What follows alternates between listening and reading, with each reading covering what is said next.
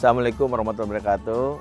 Saya bin Jaisur Rahman. Dalam hal ini ingin menjawab pertanyaan dari teman-teman semua dalam program Tanya Ustadz. Sobat bisnis semua, sudah kita cek ya, adakah pertanyaan yang masuk? Alhamdulillah nih, sudah ada pertanyaan yang masuk, yaitu bagaimana menciptakan keluarga harmonis saat kerja ketika orang tua sama-sama dalam hal ini bekerja. Perlu kita pahami bahwa idealnya dalam Islam bahwa laki-laki adalah sebagai kepala keluarga, dialah yang bekerja. Sebagaimana firman Allah dalam surat An-Nisa 34, Ar-rijalu qawwamuna 'alan nisa bima faddalallahu ba'dahum 'ala ba'din wa bima anfaqu min amwalihim. Laki-laki adalah pemimpin bagi perempuan karena Allah telah melebihkan dia atas yang lainnya dan karena ia menafkahkan sebagian dari hartanya. Ini adalah dalil betapa keutamaan bekerja dibebankan pada laki-laki. Tapi tidak salah kalau seorang istri dalam hal ini membantu bekerja.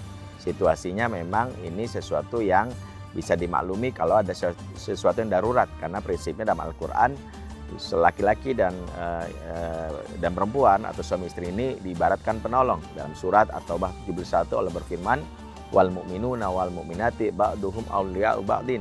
Laki mukmin dan mukminat sebagai mereka penolong bagi yang lainnya. Maka ketika suami merasa bahwa istri bekerja, anggaplah ini ibadah bagi seorang istri.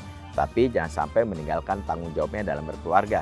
Karena hakikatnya perempuan yang terbaik yang disebutkan dalam Al-Quran, surat Al-Ahzab ayat 33 adalah yang selalu berada di rumah. Waqorna fi buyutikunna. Tinggallah kamu di rumahmu, itu perintah Allah. Lantas bagaimana kalau sudah bekerja, lantas sama-sama bekerja? Yang perlu kita ingat, keharmonisan dalam Islam itu bukan semata-mata urusan faktor teknis.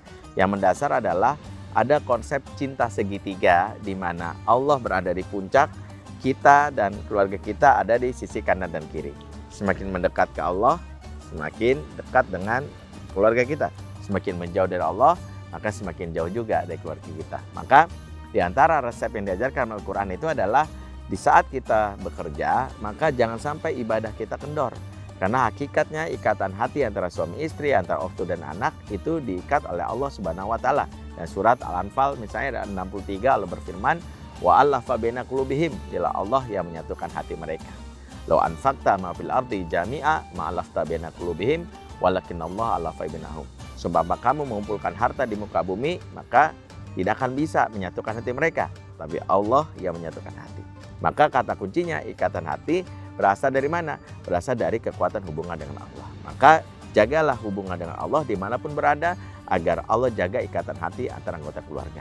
Yang kedua adalah bagaimana kita menjalankan yang namanya hak dan kewajiban semaksimal mungkin saat berada di rumah. Seorang istri dalam hal ini tetaplah dia bertanggung jawab dalam urusan rumah. Karena sejatinya walaupun dia sibuk bekerja, dia juga dalam hal ini dia menjalankan tanggung jawabnya. Dalam hadis sebutkan wal mar'atu riyatun fi baiti zawjiha. Seorang wanita itu kepala bagi rumah suaminya, maka dia bertanggung jawab terhadap urusan rumah. Tapi seorang ayah yang baik, suami yang baik juga mengurus bersama-sama agar saat istri mengurus rumah, dia juga menjalankan kewajiban yang lain. Inilah konsep yang harus dipahami. Yang paling penting, yang ketiga, jangan pernah berhenti belajar karena sejatinya rumah tangga yang dibangun dengan belajar alias dengan ilmu itu lebih kokoh dibandingkan rumah tangga yang tanpa ilmu.